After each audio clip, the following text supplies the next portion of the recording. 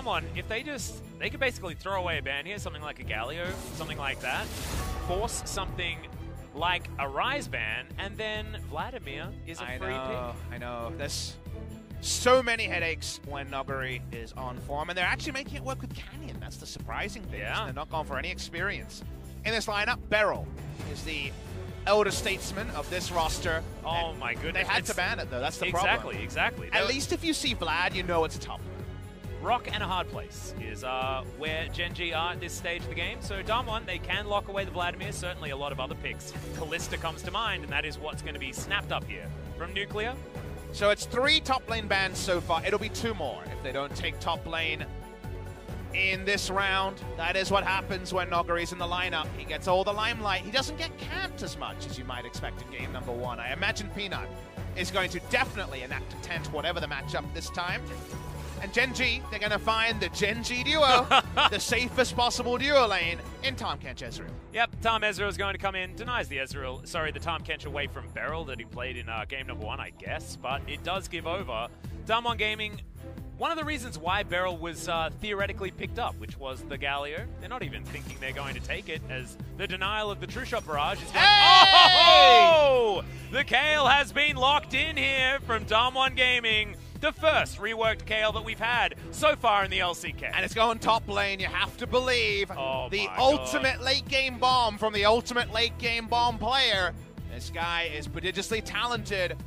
Champion taking over solo queue finally in the LCK. And will it be an Akali matchup, as there's been a lot of practice from Roach and solo queue on that pick? Well, it's not going to be. Fly wants to get himself a pick that he's comfortable on and did make it to 30 minutes pretty unscathed. On the Morgana, they now have the opportunity of banning away something like the Corki if they are afraid of that one yet again. Their bans last time around were LeBlanc Talia, so we'll see whether they do just go back to that particular option. But this is so exciting. The Kayle being picked up by Noguri. It's going to be Roach into him this time around, and we know that Kayle doesn't fare super great in the first 5 levels. Not a lot of Kayle in the match history from Noguri in recent memory. He hasn't shown it on his main. Admittedly, hasn't been playing on his main. So Noguri almost certainly on an alternate account there. Does feel like a champion showmaker can play as well. Wait. Imagine Katarina with the Kayle ultimate. I know, right? On the blue side. You guys didn't see it home. We need caster camps for the pick man, because if we got that was a spicy idea. If we get a Katarina here, I might need some time to adjust myself. I might need that too. Showmaker, a one-trick Katarina player. That's why his transition to pro play was something that some people weren't 100% assured of, because he came. Yeah, it was like why Lehens was full of a few question marks with being an Elise singed main who's a support player. He still hasn't played one. Wait, I mean, they're guaranteed first. Wouldn't it be nice to see the Singe game finally? That'd be fantastic, wouldn't it? Sword and support. I'm sure you can play silent support. Yeah. He basically is a support. He's just in the top lane. Well, Gen.G need to make sense of this madness. You got to pick a lane. They picked mid lane already, and they're just going to go with jungle. So they want to get full information. If I see Katarina here. Oh, man. We need it. We need it so bad. This is the time, DAMWON. You're 1-0 up. You can come. Okay, this is fine. Okay. I mean, this is a decent option here. Is Beryl? What is he going to lock away for Canyon? The Gragas is there.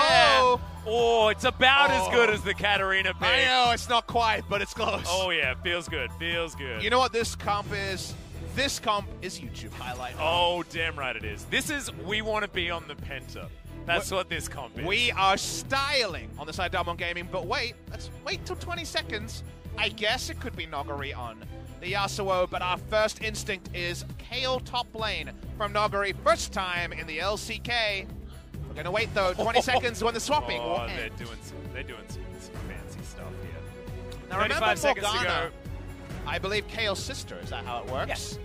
Doesn't apply that much pressure except pushing, so yeah, it does give you a bit of a free lane.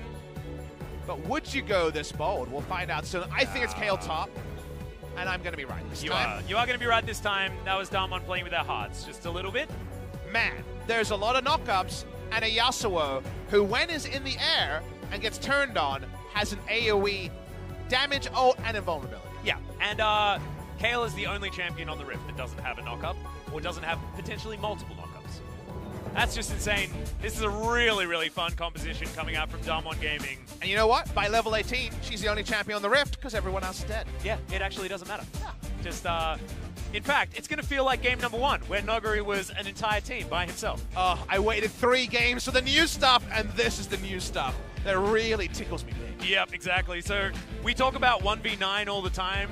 Last game was 9v5, and we'll see whether it's going to happen once again. If we get to a level 18 on Noguri, it's likely that's what we're going to have. It's going to be really exciting. Noguri was playing single player in our first game.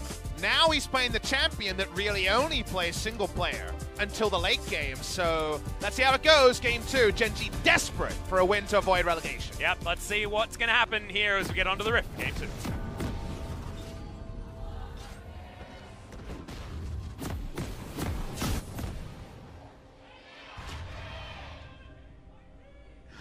The Gen.G faithful in full voice. I don't know whether you heard the random guy from the middle of the crowd. He was definitely very vocal. Very important question. Do you have a strong opinion on Kayle skins? Because she's got a lot of them. Yeah, I mean, I did before the rework. What was your pre-rework choice? My pre-rework choice was Viridian Kayle. I was actually a unmasked Kayle. Ah, damn, look at us both being hipsters. I was a big Kayle aficionado years and years ago. I really like Kayle's ultimate, and I actually really like what they did to her ultimate, because I was always a big believer of using it to mitigate damage rather than self-ulting with 6 items and just whacking everyone away with my auto attack. I find that really boring. So now that it disarms you, it is basically only for allies and for initiators, and Yasuo in this game, for example. Exactly. If it's not on Yasuo, they done messed up in a team fight. So I'm happy with the direction they took. Now, the champion has a lot of interesting mechanics, and I believe is pretty overpowered, especially in solo queue. In competitive play, we're going to see probably what we see almost always from Korean Kayle players. Now, Q-Max Kayle going Trinity Force is the Korean choice, and not an AP build to be expected here. The standard build is Trinity Force into Rapid Fire Cannon into i.e. You're trying to be Corki in many ways. With the build path, you go Kleptomancy, hoping you get, gold or an extra level, whatever you can take. And yes, your lane presence is pretty minimal, but you max Q to try to at least trim the wave and not just lose your turret. Yeah, and you get a little bit of extra movement speed, and the buffs to Kayle, or what read like nerfs, but are actually buffs, is that a W doesn't lock you out of being able to do anything. Kind of like the ultimate locks you out from doing anything, right? So previously, there was a 1-second lockout on W, kind of like a cast time where you were disarmed, and the E also had a 0.25-second cast time. The fact that those were removed, it doesn't matter that your attacks are a little bit slower and your AD is a little bit lower. You actually overall just do more damage because you attack more. And that extra auto you're getting in sometimes too, Rage Bait effect after time goes on, means that champion in general was powered up. So it did read like a nerf, but from testing you could see it was a buff. Expecting this to be QEW in terms of the max orders. And yes, a lot of the power is back-ended, but for now, it is going to be just pushing in the wave, having a bit of wave control, and waiting for the better times that always come in late for Kayle. Well, at the moment, he's just relentlessly shoving, and Roach is copping a lot of abuse here in this lane. You know who retired a little bit too early? Who's that? Wouldn't Kayle be the best RN champion? He would. Sorry, she would. Yes. As our Roach is going to take a fair bit of damage. He doesn't also give any gives mundos about being ganked in this lane. No. And Noguri never does, so that's the part that you can appreciate is like meets like. He just wants to play for his lane, and yes, did not draft for it, but is definitely going to play like it. Yeah. Corrupting Potion charges are running low here, as he has taken the Inspiration Tree, of course, so he does have the Time Warp tonic. And you know his second point is Q, like we mentioned. So, again, about trimming minion waves. If you go E-Max, it's the missing health that goes up, and there's not going to be a lot of missing health if you're Kayle in laning phase. Q gives you some flexible pushing, trading. That's why you go the Q, because otherwise your lane impact is pretty much void. It's basically a Nasus. Yeah. Which, for those playing at home, that's bad news. Yeah. Well, Nuclear and Beryl going to have a decent time here in this lane, but Ruler and Life have played this particular combo of champions. Life maybe not so much, but Ruler definitely, back before JJ in the past. They're very, very comfortable on the Ezreal Tahm Kench. The blue side blind pick Kayle is just so spicy. It's the most Noguri thing to do. I don't think you could do anything more Noguri. I'm not sure if the tail end of Vision caught Canyon coming over. I'm going to go with the pinks are in the wrong brush. So I don't think they actually saw him as Noguri. He's actually going to bait this one by the looks of it. The Predator has been popped. There's the flash in barrel. That's going to be the first blood. Now Peanut can't catch up to Nuguri without sacrificing himself. Yeah, it turns out Predator was just too reliable. There was no escape path And the for Celestial Blessing on top of it. That's a real fast Fat Man. True, especially in the early game, and even at 1.1, the movement speed is going to be relevant. Well, this is spicy. Showmake is smashing so far. Now, the problem with Yasuo versus Morg is you want to say range versus melee. Not going to talk about this play too much because at the end of the day, Noguri ends up baiting too much. It was really nicely baited, and then just Predator. There's no way to outplay this, right? There's no way to go there. But the reason the mid lane's gone this way is the very frustrating thing about Morg versus Yasuo. And we talked about this in other Yasuo lanes, is that Yasuo is so damn swift and able to jump through minion waves is that you can't actually keep the damn minions in the puddle. That's true. The puddle doesn't actually clear the minions because they get pushed in and out, and the lane state of where the minions are changes so much when Yasuo is involved that you actually just end up with lots of third health minions that die to the turret instead of your order. So it's the frustrating part of Yasuo surfing on minions that's actually forcing Fly to miss a lot of CS.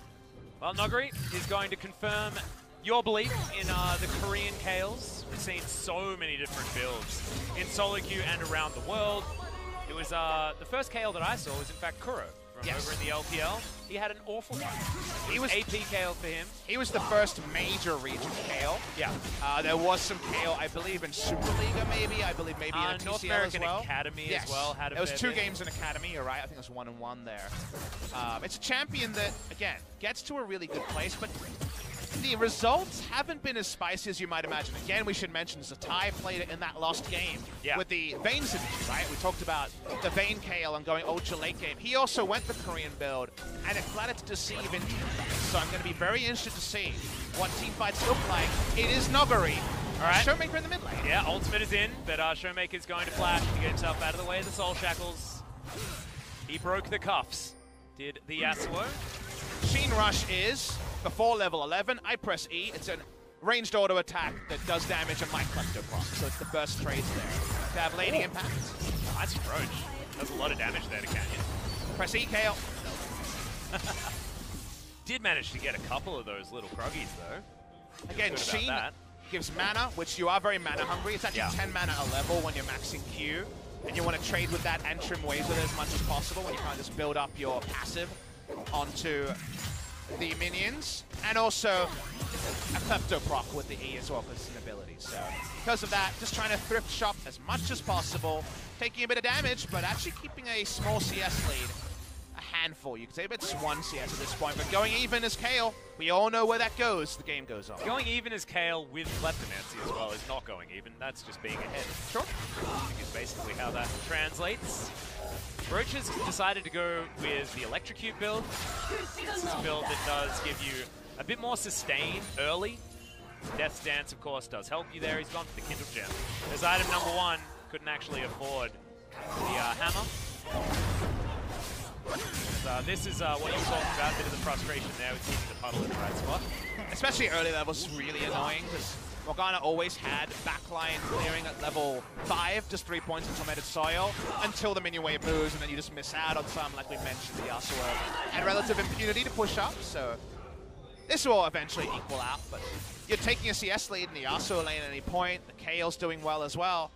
And then if Kalista hits her 2 items running, maybe it doesn't matter if Kale's not level 16. Level 11 Kale, and then either Yasuo getting the wombo off or Kalista doing the helping. It's pretty hard to deny the knockups for this Yasuo synergy. They've got so damn many. Yeah. I feel like it's almost like the Kale is a bait. I feel like Noguri is going to be so scary when it comes to split pushing as well as this game goes on, that you have a 4 that's going to be able to keep everyone locked down for so long. The amount of time this Kalista can just bounce around doing what she wants if Gen.G ever stack themselves up, just crazy. The last time we saw Kale was a while ago. So this was a long time ago, you'll see. It was Samsung Blue Acorn. Now, of course, Kingzone Dragon X is drafting Coach Acorn, who was on that Kale, and actually we'll see the last time that Kale was playing the support role. This was when Wraith never got to play at all, and the support role Core JJ had overtaken, so he played 2 games. And honestly, he was basically trolling. He played 1 game of Lux and 1 game of Kale way out of meta. Wraith was always a support Kale aficionado. But Samsung Blue, top lane Kayle was the last time that was played. Now that was Kayle in lane swaps, where Acorn was the god of lane swaps and really got nothing going in terms of jungle attention, but made it work. They were such a smart lane swap team with Samsung Blue. So a couple of bars from the past. Thank you very much to the stat mongers. Yeah, figuring it all out. It's a long time ago. 5 years, man. I was watching then. I know some of our chat were and weren't. We're not excluding anyone. Those were fun times, but this is new Kayle. It all starts anew today. This is the debut of Kayle on the LCK, and right now, things go into plan. Well, right now, Peanut is looking for Showmaker, but Canyon, perfect positioning. There's the boot, there's all the damage. The knockup comes in, the Void Rush. Oh, but the stasis comes in, and Canyon's going to stay alive for so long. That barrel doing a lot of damage, and Noguri gets hand-delivered. A kill, meanwhile, bottom side of the map. Life not going to get stunned, but has to use his flash, and True Shot Barrage doesn't, oh, it does find Canyon, but doesn't find a kill. DWG Gaming getting all the turret plates, and Noguri, every kill, every assist, every minion is just so meaningful for this Kayle in the early stages. And I don't think you need to shout about Atlas. The creeping dread is reaching a fever's pitch on the side of Gen.G. Peanut will be so unhappy because remember, you go untargetable for that second while you're charging up that Rek'Sai ultimate. Still died because the stasis and the damage came through. Let's see which came through first, because that actually ended up being so close, but no cigar once again for Peanut. Canyon, the young man, was a smite in game number 1. It's getting away in game number 2, and this game is quickly escalating from the side of DWG Gaming. Yeah, it's in a handbasket, most definitely. Trinity Force will be in, and let's have a look at this once again. Looked like they had caught Showmaker out. The flash was even invested. Let's watch the replay to understand this play. Watch the timing here. They try to all in, and yes, it's ult stasis, which gets the knock up at the perfect time, and Canyon doesn't die. Wits around him, as we know, and Noguri picking up kills. Fade away from Showmaker as well. What you like to see. Bad meet worse. And now Fly, you know, the Morgana's looking like a champion that's never going to get going, because the Morgana, the soul of it is pushing. That pushing hasn't worked in terms of getting a meaningful CS lead. And then empowering an ally. Could you present the ally that's going to benefit in this game? Because right now it looks like all the synergies in the world on DAMWON, and one black shield ain't going to be enough. There were no chickens. Peanut got no chickens. Runic Echo is completed. I mean, Peanut does have the Warrior enchant, but yeah, that's it's real bad. Noguri. Wait! Actually got the hover there. That's weird. Now, did he... So he's level 11 because he got the skill point. Exactly. And that actually gives him enough abilities, even though he doesn't have second point his ult. Didn't know that. Barrel comes in. Noguri's going to go down to the passive. This is the one I prepared earlier situation if Canyon ever wants to come back. And turret plates are being taken solo now from this Kayle, who is theoretically level 11, but level 10. But that's so interesting. A skill point doesn't make you level 11, but it gives you 11 points of skills. That's enough to actually become permanently ranged. That's an interaction I hadn't seen explained before, but one that actually worked. And another reason, we mentioned it with the Klepto and the skill point, but that murder synergy there, oh boy. Sometimes you high roll. They didn't need that one, Atlas. Nope. That's getting 3 Infernals if you're SKT. Yeah. And yeah. Now he's 1,300 gold. And they're going to be able to have 2 Mountain Drakes in theory here as well if they keep up this level of control around the map. That's all the turret. Yeah. All of the turret. That's the bad lane. The turret. And Shelly. She's 30 seconds, okay, so Shelly's not going to be able to actually get any turret plates. That's a good news story. But there were 7 turret plates that went down, 5 of them in the lane with the Kayle. Kayle got a kill. Is this game over? You know, I'm not willing to go that far, but all the built-in synergies, the fact that the Morgana, to me, has no obvious role unless Aatrox or Rek'Sai had 5-6 kills. They're even going to load this in. I think it's going to be too slow for turret plates, though. Nope, it's not going to be able to pick up too many plates, and Shelly's going to try and get here in time. But, oh, distracted by the cute little minion. Turret plates fall down. Turret not going to get any extra money. But DWG knew that. They got themselves out of the way. They just wanted to get as much damage here as they possibly could. Noguri knows that Roach is making the rotation around, and he's still not going to play up too aggressively here. He's got such a gigantic lead. Why throw it away now? Close to 2,000 gold. In the lead as the Kayle. And the problem I find for Gen.G is so easy to execute from DWG Gaming. If you get any resistance at any moment, Cast goes in, yeah, Braum goes in with the Fate's Call, it'll work out. And definitely ultimate here, the Divine Reckoning, will be able to get them over the line. Turret plates, well, there's 5 in the top lane and Kao's lane. It is the Kao build we spoke about, so Rapid Fire Cannon will be the second completion here. Critical Strike is approaching 100%. The critical time is being rewound earlier and earlier for the side of DWG Gaming. It's not level 16 yet, but I endeavor that telling Gen.G that might not get you too much happiness. No, Nogari's even able to clear out jungle camps before he heads up and gets all of the minions apart from the cannon. That was a bit sad. So we do still have some points to talk about. It's Nogari's 2,000 gold. Yeah, he is. Yeah. We did talk about our old favorite KO skins. My new favorite KO skin is actually the Pentakill one, or whatever the... I think it's Pentakill. Is there a Pentakill KO skin? The one where it has a lot of rock. There is one of those. It's pretty awesome. Yeah, I like the Riot Kale, especially after the update to the Riot Kale, they added a lot more Weewah in there, so at least the sounds are in. I always went to the what was it, Ether Kale, which is the legendary one. I really loved that before the rework, but it's not super great. You do see what is great. We saw it in the mid lane where they finally took the turret is Windwall against Ezreal Morgana. Is going to get a whole lot of value as the Wombo is. And remember, this is Windwall Unbreakable. This is the double wall comp. Ain't nothing getting past it. And so far... This is our favorite new comp, and we had to go through 3 boring games for this Atlas. We must savor it. Hey man, I thought the last game wasn't too... I mean, it was most of it was boring, but the end was great. As this could actually be a fight here, as Beryl does have Unbreakable available to try and deny some of this damage to Mountain Drake. He's going to get taken, but can DWG actually find a fight after this? Ultimate flies forward, misses life completely. True Shot Barrage gets him behind the Unbreakable, and Canyon is going to immediately go down for free. Nogari does have the ultimate, uses it on himself, which is exactly what you don't want to do, and will just be taken out. Peanut grabs that kill. Things falling apart here for DWG. A bit of overexcitement. DWG Gaming had so many answers and literally misused all of them. It's like they had the answer key, but the questions were off by 1 and they just wrote the wrong answer for 3 questions. Watch the replay here of how they played this. Remember what they had.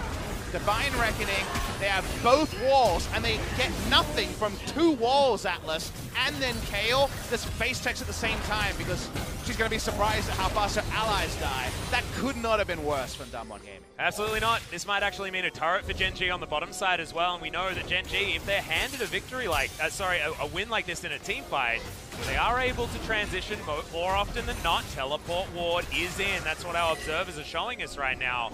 And Gen.G, they smell a rat.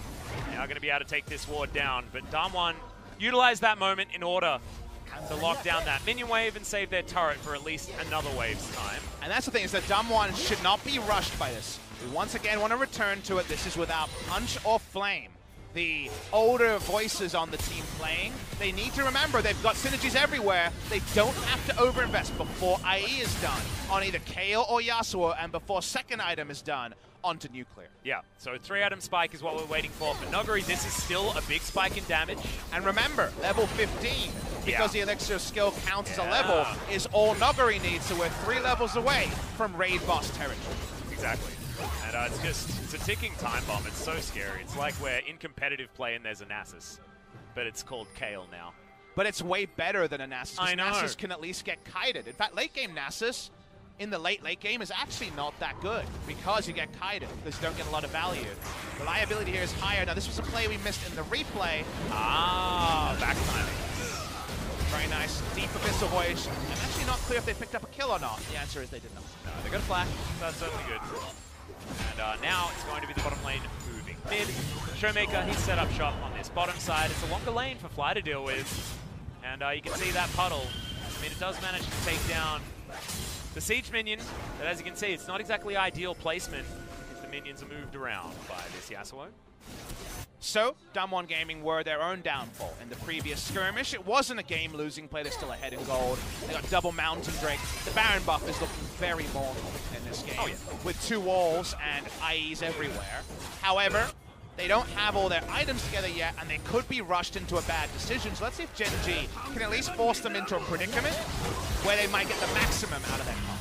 Well, True Shot Barrage is somehow hitting through this Braum almost every time. It's Beryl, no flash, remember. Fate's Call has to be used. That's going to save it. All right, you've got 1 tool away from DWG Gaming at a point where DWG should be stronger. That's a small lead to Gen.G. They're going to walk up here to DWG Gaming. Walk up too far.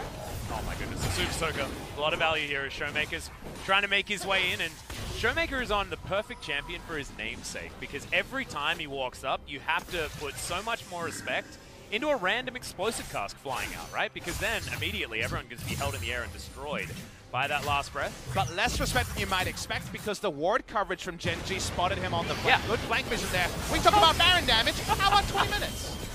All right. They take this real fast, and Roach is well aware of it. Yep, they do manage to actually get a cute little ward into the pit there with the scrying orb. That was a cute play, though. This is not. This is very dead Nicola.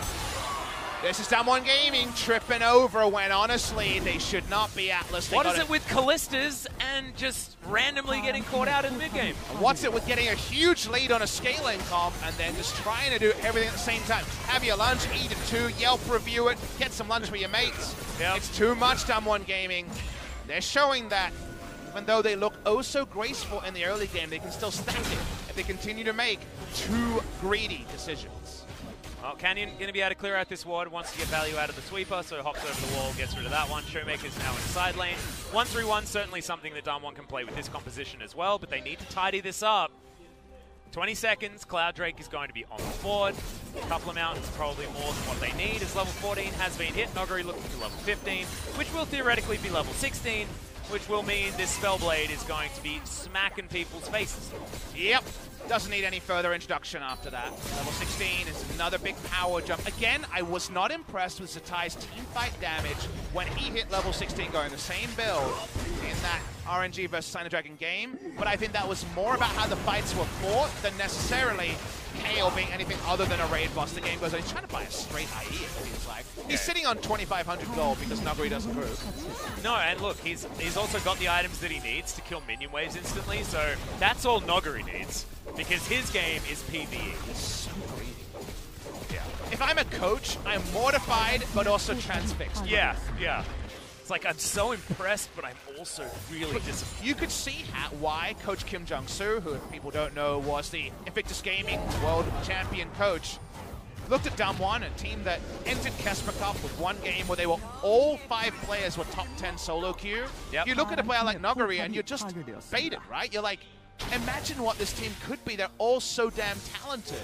That part definitely remains true, but sometimes they mess it up. Another Fate's Call comes in. Noguri's hit level 16 now. I know it says 15, but he's 16. He's doing so much damage. Life almost taken out. Fly. That Black Shield lasted all of a couple of seconds. Noguri's still full health. You can see Gen.G are team fighting this one beautifully. Already 2 down. World Ender has been used already. But look at these health bars. Noguri's AoE is just disgusting. Ruler, he can't stay alive. The first kill for the KO. The second one goes over to the Yasuo as now Roach is running for the hills, and they just couldn't do any damage to him. They were trying to avoid him. That just didn't work. And DWG Gaming were pressing their buttons willy-nilly. They didn't even get a knock up. There was no last breath, but we're still breathless, Atlas, because guess what? They did all the heavy lifting in the early game, and KO runs up. And no he was one sitting runs with at her. 3,000 gold in his back pocket. And you know what? That's an Infinity Edge and a Brawler's Glove. If you're a coach, if you're Kim Jung-soo, you say you're engaging. When Noguri's sitting on an IE, you're using your ultimate onto the Braum. You don't even get a knock-up with the Yasuo, but because the early game was them feasting and getting an experience lead, this is how much spilling they can do and still get a full drink. Do you know he's actually 500 gold behind Roach in this fight? Yeah. Because he didn't spend any of the gold. Oh man, Noguri playing late game KO.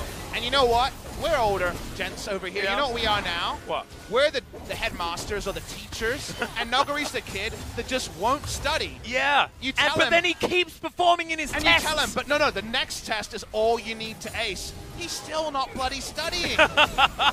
He's still YOLOing it. Oh, it's exactly what it is, and it's so frustrating. You're unteachable, Noguri. You're unteachable, but damn, you're beautiful.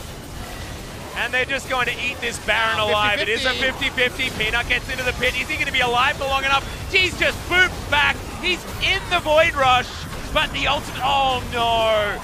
The damage from the True Shot Barrage isn't going to be enough. The World Ender's going to be there as Fly goes into stasis. Noguri, Soul Shackle's going to be avoided there as he does take down the Morgana. He's just auto-attacking, but eventually does go down. It's Roach that picks it up. Beryl wants to hit him, but he can't. It's a triple kill. coming in for the Aatrox. Canyon does have, I believe, a Baron buff here for DAMWON Gaming, but that was a bit of a disaster. They just ran at Baron. It was almost a 50-50. They've got everything, Atlas. The last thing they need to do, they've got the amazing turn of the cask, and they just damaged down Baron. Yeah. To call this game solo queue would be generous. And Canyon had the divine intervention on top of him and went into stasis. So it actually did nothing. There was no one in there. It wasn't doing any damage. That was like an R button for free for Gen.G. Oh my goodness. It's the divine judgment now. Sorry guys. A little bit trapped in the past. He did a lot of damage though. 6.5k. Yeah. All right. Cool. And you know what? He's got more items. He's now. got so many wings. That's a lot of spinning. Damn, that's the amount of those propellers as you'd have on one of those Avengers airships. And you know what the irony and probably is? more firepower. And you know what the irony is? What? That's way more rotation than you'd expect from Nugget. Oh, that's your best one of the night. Thank you. Guaranteed. Well, you know what the fun thing is? What? Do this we game's have still faith going? in the fact that DAMWON might lose this? Oh, they definitely could still lose this game. Absolutely. I know. That actually takes a lot of losing. Yeah. Well, Celestial Blessing is going to at least allow Nogari's rotational power. Look at that. Look at that. He rotated. That's the first one. Nailed it. Binding's going to land. It's actually a lot of damage. Half the health bar there on Nuclear, who has to get himself back. I apologize. I mispronounce his name every single time. I swear it's You're an Australian. accent. That's my problem. It's fine. You're Australian. Yeah. Big issue. Some things are uncoachable. Yeah. You saying Nuclear. And Nogari rotating. And Nogari Canyon lineup. Yeah.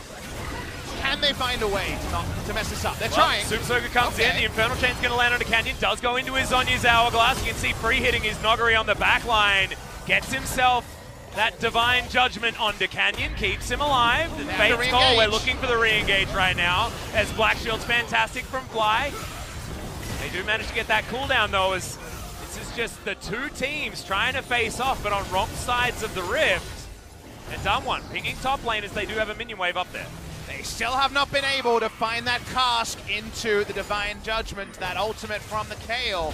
Because of all this, they're just going to try to run into the minion wave top side. This is the last minion wave with Baron, but I think DAMWON Gaming are going to back off. Yeah, 3,000 gold, almost 4,000 is going to be their lead, but it's only 1,000 gold Baron power play. Remember, they had to follow Canyon around in order to get any value. That's a lot of gold on the Kale, but what's she going to be able to do as this game goes on? Eventually, they have to hit a knockup for this Yasuo. Like, yeah, and eventually, Nogari has to have lifesteal. Canyon missed the ward over the wall. That happened. He got the second. Yeah, he got the second. So I didn't actually watch the first one, so to me, it was perfect. Nailed it.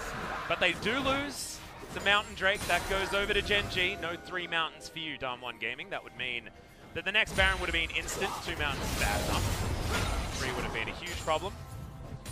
Phantom Dancer is the decision here, I guess, because she doesn't want to self-ult. Makes a lot of sense. You lose damage, of course, doing that. You don't want any other lifelines either, because your next item probably wants to be Mercurial Scimitar, something like that, I guess. All they need is the Yasuo to go in. If the Yasuo starts the fight, the wall's there, the Yasuo is being focused. Kale starts hitting people, it should be over. Yep. But they haven't been able to find that. Gen.G are dogged in their defensive macro, and of course, as a squad. That's what they're famous for. But with all the tools DAMWON have, Gen.G should be at their whim, and yet, we're no closer to knowing who wins. Well, at the moment, they're just going to be sieging on this inner turret. Nogari, you can see, just having the best time ever. But the Glacial Orphan actually doing a lot of work here. Yep. Doesn't actually have to self-ult, but that's going to be his health bar very, very low. True Shot Barrage! Oh my god! That was way too close.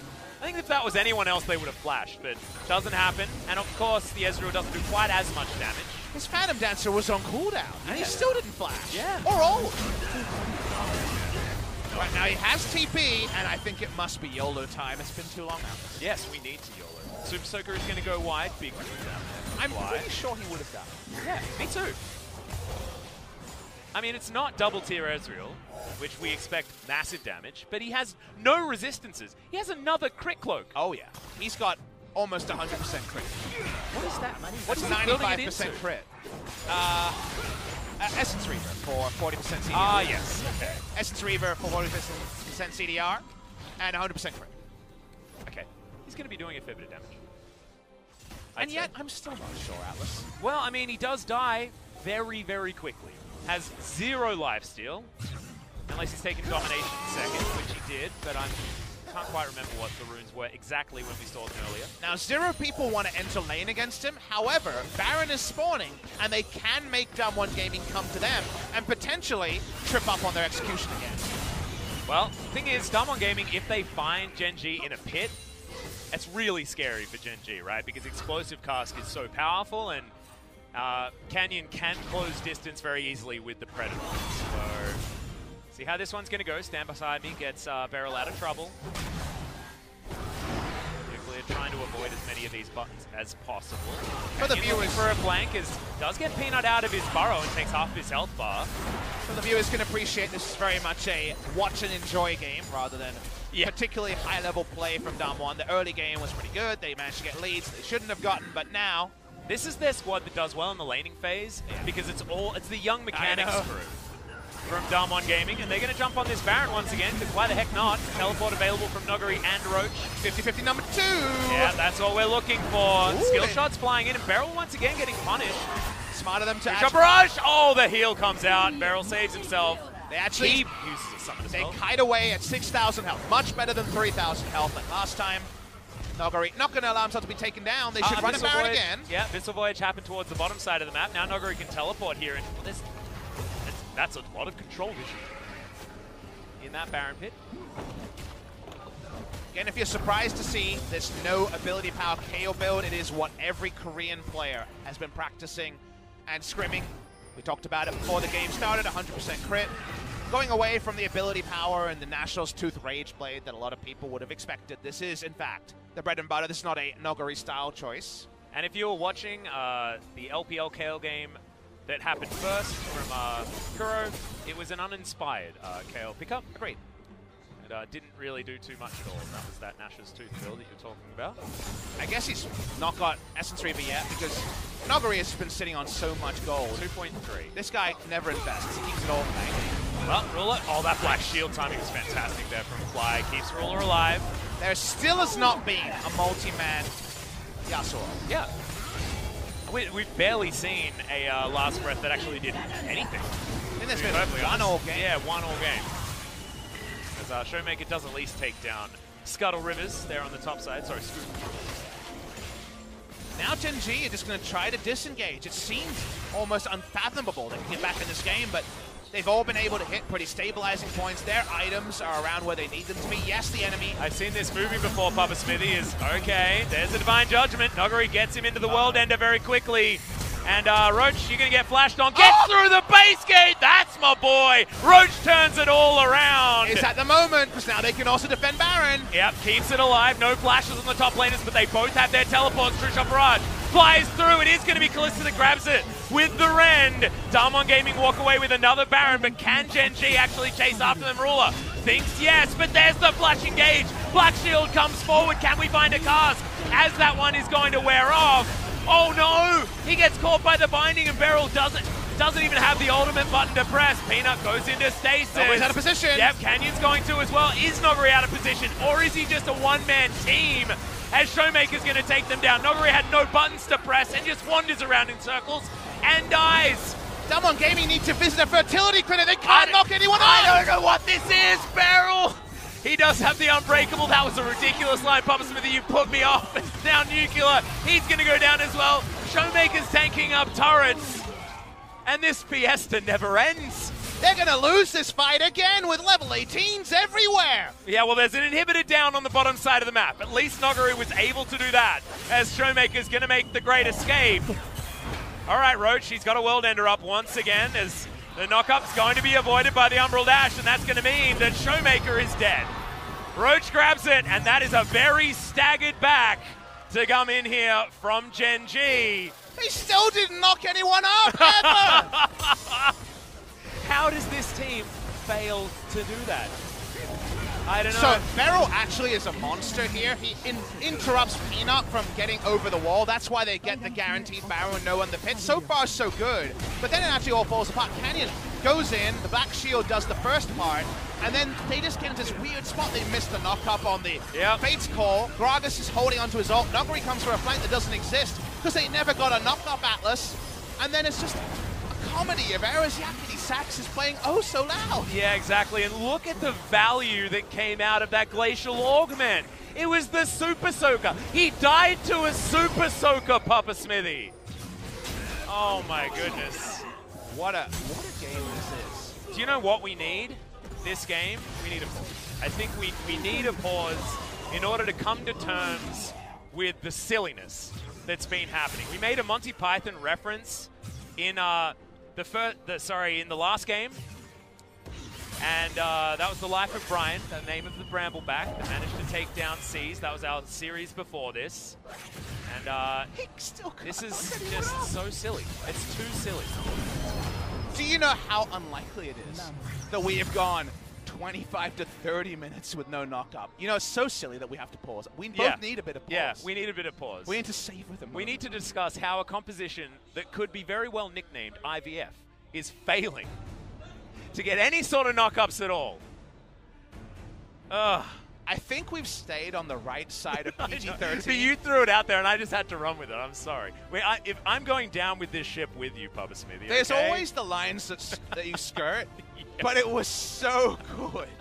I had to do it. Yeah, you had to. You had to. And look, this game warrants that sort of response as well. I think it's Noguri's problem. He was like, why? It's his keyboard, apparently. But I have a feeling his ability to identify what Glacial Augment does is another issue that he had in that last team fight. Oh my goodness. Maybe we're rewinding the tape on the knockups and just trying to check to see if any of them bugged out. Yeah, why? They're like, why do knockups not work this game? Would that not be the Occam's razor at this point? Yeah, I think so. I feel like also it's a lot to do with Fly actually playing very well with his Black Shields. His Twitch reaction on ally Black Shields has been absolutely fantastic. I mean, Gen.G have played out the latter half of this game, which we felt was just absolutely all the dominoes to set up. You think that an accident, not even a stiff breeze, a very average breeze would just blow them all over. But instead, between Black Shield timings and disengage, a last breath would have killed them, Pub Smithy. Unfortunately, there's been nothing to proc the last breath. Oh, dear. Now I needed to know what happens in a Game 3. Yeah. My curiosity is so peaked, Atlas. What is the composition going to be? Hecker and Urgot? Something like that? I feel like LS at some point heard us praising Kale and saw this reality and was like, we're getting in there. Yeah. This cannot happen. I hope he gets to Twitter. Hopefully he's watching. If you're out there, LS, please let us know. Essence Reaver now completed for Noguri. Oh my goodness. Okay, game resumed.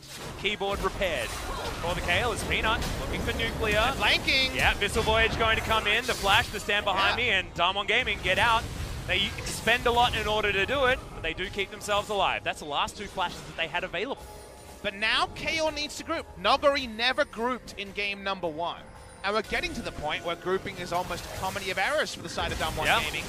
And notice, yes, they have some true damage. They have a little bit of AP damage from Canyon. That's a Randuin's. We're going to get armor stacking from the Rek'Sai. Definitely not the sharpest teeth on this Rek'Sai. You mess up your engages twice more, and I think you lose if you're DWG.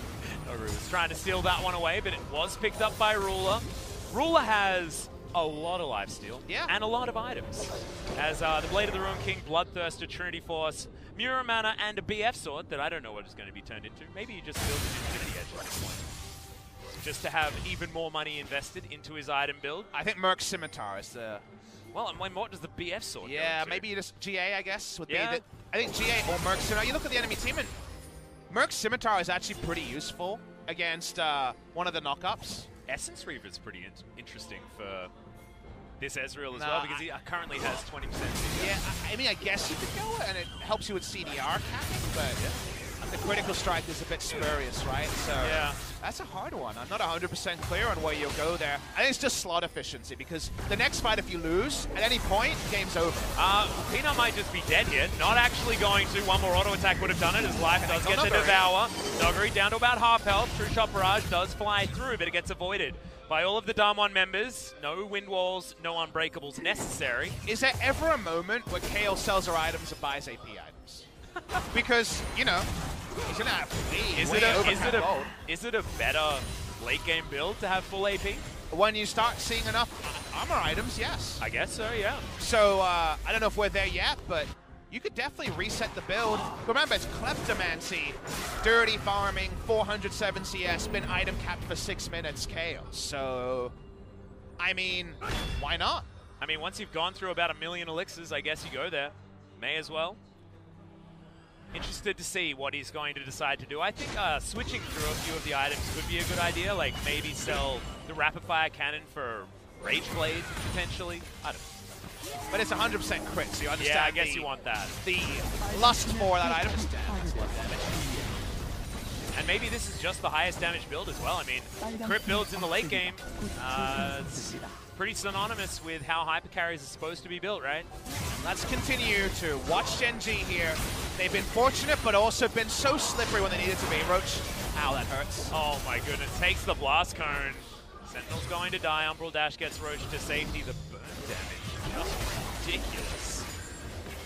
And I feel like, you know, we've been so focused on waiting for the Wombo that we need to continue to watch Gen.G's steps at avoiding the Wombo, because they are also at this point going to be relevant. We're not seeing abilities go comically wide like they did in some of the previous fights. They've got GA, they've got a lot of temporary stasis and a lot of stuff going on, and yet you feel like DAMWON Gaming is still one execution away from just absolutely lowering Gen.G into their graves. Yeah, and you can just see how much Noguri wants to fight these guys as well, so Gen.G are going to have to play their very best Gen.G at this stage.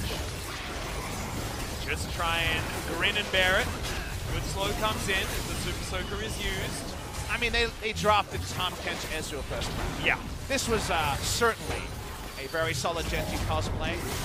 Dark Binding is going to find the target. That was Cask flashed away by Peanut. Still, yeah, we go wanting. We have blue blades for when a Draven can't cash in.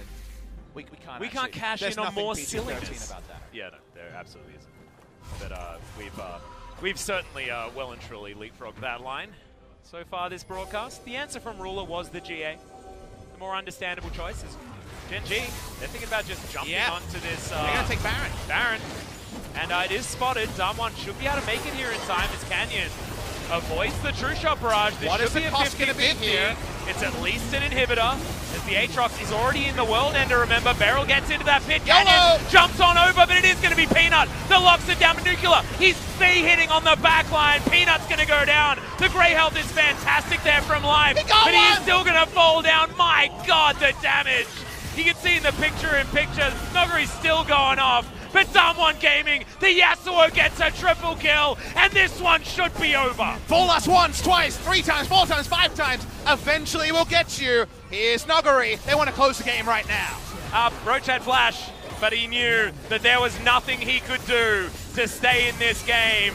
And the way it was going to work, Canyon throws out a party cask, because they know this game is over. Nexus to fall. Now DAMWON Gaming have shown us that they can play all sorts of different League of Legends, but it does end ultimately in a 2-0. The 2-0 was an eventful one, the Korean debut of Kale.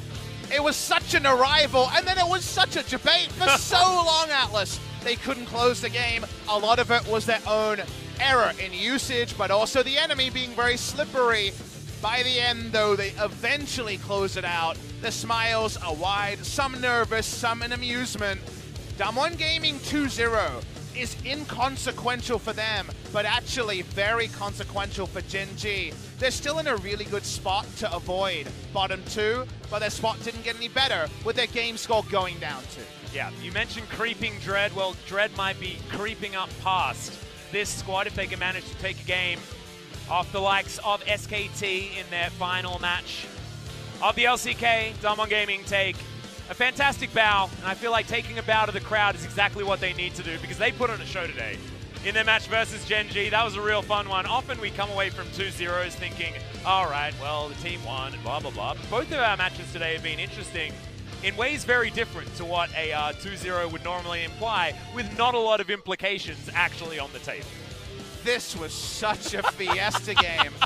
Clown Fiesta would be selling it short. Yeah, exactly. That's an insult to Clown Fiesta. DWG Gaming's early game was actually a very impressive one to get some deep scaling way ahead. KO, for example, was the threat of the solo queue 58% win rate KO, rather than what KO might represent being rotated on again and again. The closeout comes through. I'm sure bemused is the word you would say for Ruler and the cohort of Gen.G. They do still bow to the LCK Lolpark staff.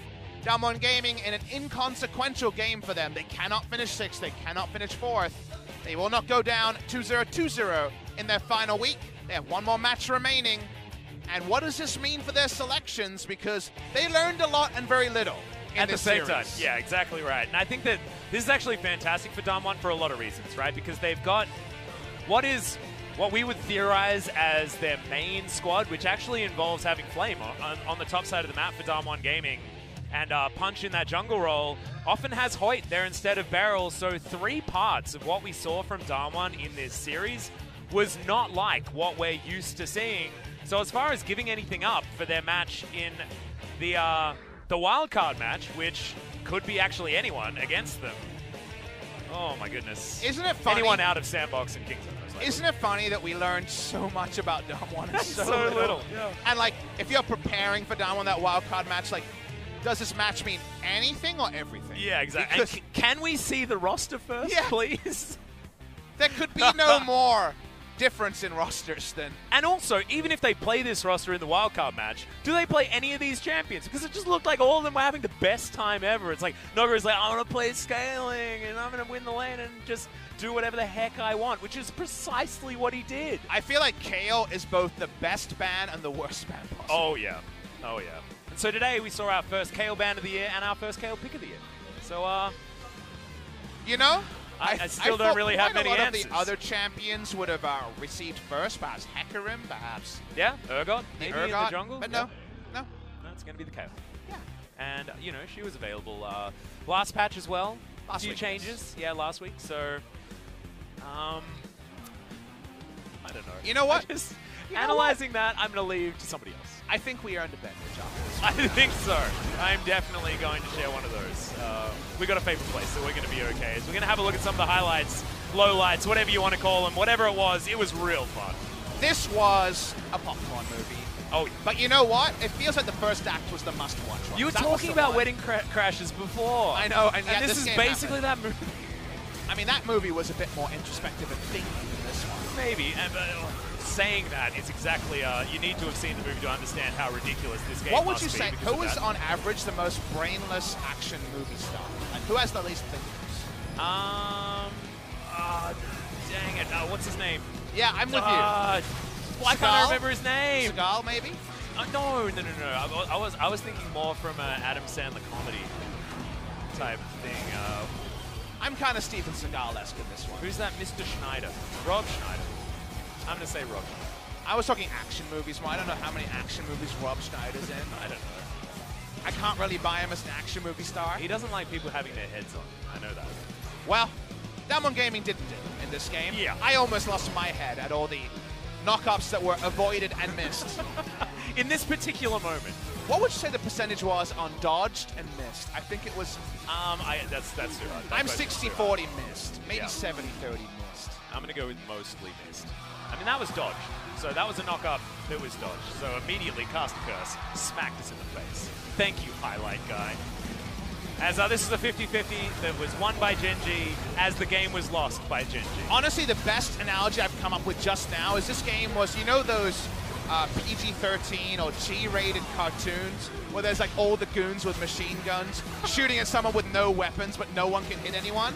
That's what happened in this game. And also, you got so incredibly excited about a last breath. He got it on one person. But that was more than 0!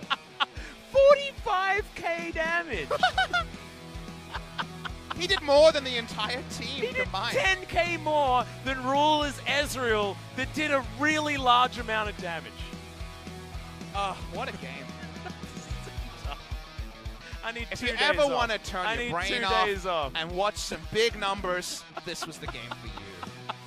Why is it on a school night? This game shouldn't have been played on a school night. It's the last Not week of how the that season, works. baby. It's weird Yeah. and wonderful. Well, maybe this is just the tip of the iceberg for Week 10. DPM of 1124 as the Kale. As a top. Oh my god, man. I don't think I've ever seen a DPM of 1100 plus on a non-AD And he carry. already did the most damage out of any other top laner in the LCK percentage-wise. It's going to go like up to 30% up. And he probably doesn't even play in playoffs until second, third, fourth game of a series. Oh dear. That's the reality. That is a well-deserved MVP. Even though some weird things happened, he stood in the glacial augment icy path for a little bit too long in the Baron pit and was made to look a little bit silly. But otherwise, he is the lovable raccoon that does whatever the heck he wants and does it very well. I had fun that game, Atlas. Me It was, too. Me it was too. a lot of game, you know? We look, that was the most a game that we've had so far. I'm willing in the to say it LCK. if you are. I'm a gamer. I am a gamer as well, and Noguri and the rest of DAMWON Gaming Gamers. are also gamers. And do you know what we get? We get an MVP 네, 담원 게이밍이 interview 센치를 잡고 with 13 Noguri 번째 himself, 올랐습니다. just 오늘 him, because that's the only member we really want to talk to. So here's 안녕하세요, Jason for some translation. 네, 이 자리에서 정말 오랜만에 Thank you very 뵙고 much, 또 guys. 단독 This is MVP는 Noguri's solo MVP interview. 네. Noguri, this is your first solo 일단 interview. 오늘- How do you feel about that? 그러니까 이게 단독 Well, today, MVP를 이렇게 받는 게 진짜 기분이 너무 well, 좋고요. I'm really happy that I'm the solo 오랜만에 MVP 나와서 today. 젠지전 또 이렇게 재밌는 It has been a while since I 게임에서 played on stage, 정말 and 신나는 것 I think 같아요, we 지금. had a really good one 너구리 today, 선수 so I feel really 게임 excited 때는 right 굉장히 now. 단호한 표정으로 경기를 하시는데 오늘은 Noguri, 정말 you actually look really calm 오늘 during 좀 playing 초반에 games, but 처음부터 잘 풀린 you look 것도 really 있고 excited 게임이 right 뭔가 now. 좀 I think the 한 game 라인에 went 뭐 so 도망이라고 해야 well 되나, as I planned. This is the 플레이스로 best 막 game a top laner can have, you know. 그런 게 좀 I was just 재밌어가지고 controlling all over the 네, map with the 너구리 side 선수 lane 팬들은 pushes, so 정말 I was 잘 just so 이겼습니다. happy. 사실 지난주에 샌드박스가 하나 Last 실력을 week, 잡아주면서 Sandbox 플레이오프에 took 진출을 down 했단 Hana Life 말이에요. Esports 경기를 좀 and 보고 sent 계셨나요? you guys to the 어땠나요? playoffs. 그때 Were you 제가 watching 마침 the 또 series? 제가 한창 제가 좀 못한다고 생각해가지고 Well, 이제 우리 이제 I was 부장님이 having a 이제 bit of a 출전하실 slump. 때 저는 이제 You 폐관실을 know, I was a little bit depressed. I was just playing so many solo queues on my own. 이제 경기는 to 이제 get back and forth. 감독님이랑 코치님 대신 봐주시고 And well, the head coach and the coaching staffs were watching game instead of me, and well, told me that we are in the playoffs and Sandbox won the game for us. 오늘 큐베 선수의 니코 상대로 라이즈를 Cube 들고 played 나오셨어요. Nico and you 그런데 played 많이 Rise 그냥 up 요즘에 against 있었단 it. 말이에요. But you actually didn't go with the 뭔가- aftershock. 뭔가 라이즈 요새 그냥 좀 다양한 룬을 들어보다가 Well, Rise can try a lot of runes. 괜찮은 것 같아서 유성을 그냥 And Comet 선택했고요. is the best, one of the good ones for Rise. 각자 장단점이 있다 생각하고 그 약간 There are a lot of, I mean, like, 유틸성의 best, 좋다고 I mean, 생각하는 strength of each 유성을 runes, you know. 길이 있거든요. About the phase race, it's about the utility, but Comet, it's about the damage and the 네, 그래서 그런지 control in the 1세트 side 마지막 lane. 장면에 룰러 선수를 막 원콤을 낼 정도로 You 정말 잘 컸고 melted down Lucian over there. 그냥 완벽하게 가셨단 And 말이에요. you were going 오늘 full 무조건 AP 공격 build 배치 today. 하셨나요? 아 오늘은 약간 Well, today, 첫 기한을 했습니다. in my first recall, I saw that Cube was going for Mythic Resistance, so I just wanted to go for Penetration 네, build. 알겠습니다. 자, 오늘 1세트에서는 원래 너구리 선수가 상대 갱킹을 정말 많이 And Noguri, 받아내는 걸로 usually 유명한데 there are a lot of junglers paying a lot of attention to your lanes, you know, trying a lot of gank attempts, but that's not what happened today. Well, I think I had a bit of a comfortable game today, and also Kenyon was supporting me a lot. 탑 K는 약 5년 Game 만에 two. 등장을 했어요. Kale 네. showed up in K LCK 각광을 in like 받기 5 시작하면서 years. 너구리 선수가 들고 나오지 And you 않을까 know, 뭐 그렇게 Kale 예상은 seemed to be 했지만 back in 정말 the hype, 기대에 and we were expecting a 등장이었습니다. lot from you, Noguri. 선택하신 계기가 궁금하네요. So how were you able to lock in Kale today? Well, in solo queue, it's really hot. You know, it's a. I mean, everyone wants to play Kale. It has a really high win rate, and everyone wants to play it, and it's really exciting to play. And I thought that Kale is a pretty good champion. It's really viable, so that's why I was able to lock it in. But I mean, solo queue and competitive games are different, you know. 일단 솔로 랭크는 확실히 케일이 이제 Well, in solo 6렙, queues, 11렙, 16렙마다 well, 진화를 하거든요. Kale 근데 이제 evolves in every 솔로 6, 랭크는 확실히 11, 16렙까지 and 전에 좀 16 level. 게임이 But in solo queue, actually, you know, the game doesn't last long enough for you to like evolve. But in team games, like competitive games, you can tell other teammates to wait till I can scale and evolve. So I think it's really good. But before even reaching the high levels, you were really playing aggressively and doing so well. I think Kale, I mean, if your teammates play around top lane, you can play really aggressively and do a lot of things. And I think I was lucky.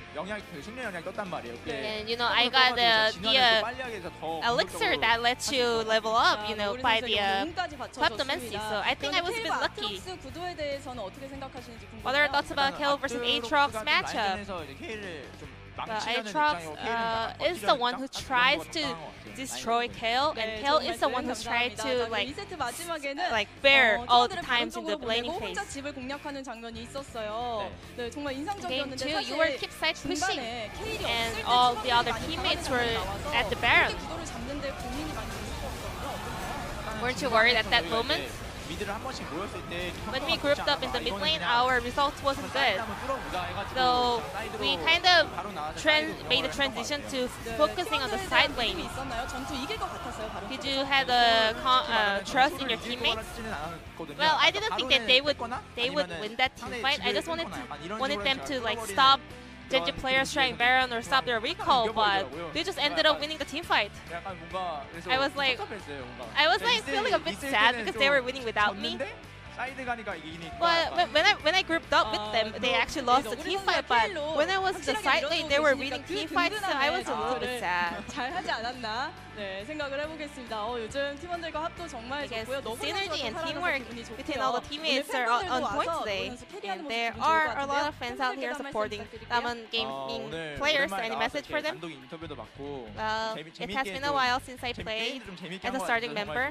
I'm really happy that I got the solo MVP, and I think I was able to play a very good game today. So I'm really happy, and I'm really thankful for all my teammates supporting me and also the fans. So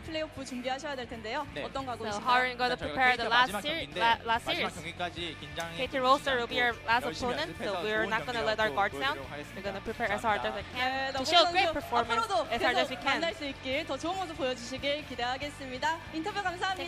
very much for this interview, and I'm going to pass it back to our casters. Thank you. Thank you so much, Jason. I'm pretty sure that's the most excited I've ever seen a player in an MVP interview ever. You know what I was struck by? Noguri is such a good interview. Yeah. He's so charismatic for a rookie player to not be bashful at all. Just the most excited about talking about Kale. Right? Yeah. And like, he's so close to being the complete package. He is a really good interview. He clearly has some charisma around him. The fans are rallying behind, just like the alpaca, the raccoon, which Noguri's name is echoing there. Yeah. He's so good in lane as well. He's so close to just being like an ultra superstar. Like, clearly he's ultra talented. I just want to coach Noguri. That's how I feel right now. It's like, I don't know whether you would. Why would you want to do that to yourself? Because what if you got it right? Like, you know what I mean? Yeah. What if you were the guy that molded him? But that's the challenge you want, where you're like, we need to remember the Titans storyline around coaching Noguri. That's what we need. Everything else is like S+ tier, you know? Yep. You just got to shine up that diamond, Papa Smithy. As these are the standings, nothing changed. After that particular one, it's going to be another loss for Gen.G, though. Let's see if Afrika can do anything. They might be able to get themselves over the line. If Afrika wins a game, I believe they're going to tie with Gen.G, and then the head-to-head will put Gen.G ahead.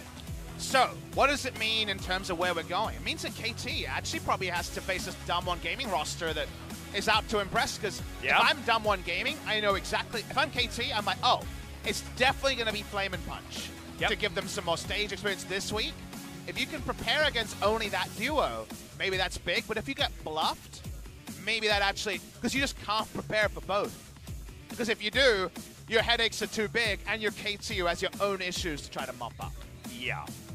So KT just needs to win one of their next two series. And the first one is going to be tomorrow, Hanwha Life versus KT Rolster, and then Griffin versus Kingzone, which is a massive one. If Kingzone can actually win this, they might be able to challenge even higher in the standings and will separate between themselves and a Sandbox Gaming that's up against Gen.G, a much easier opposition. And I'm very interested to see Griffin because they went from 0-4 week, kind of embarrassing 1-4 week, sorry, to very good game against Humble Life, decent follow-up game, and now, where are they at? Because I feel like we got the bad side, pretty good side, and now maybe we'll get a true read, because if they can 2-0 King Zone as they have many times in the past, maybe they're just in that open field waiting for that final. Yeah, precisely. And I feel like we need them to have a good performance against King Zone to really feel that they deserve that #1 place that they put themselves in after the first round robin, to be perfectly honest, after getting that perfect run. They played 2 stage games and are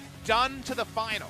So they actually want as much on-stage practice now as they can get. Yes. Well, we'll see whether they can actually do it, but that is going to be it for us tonight. What a day.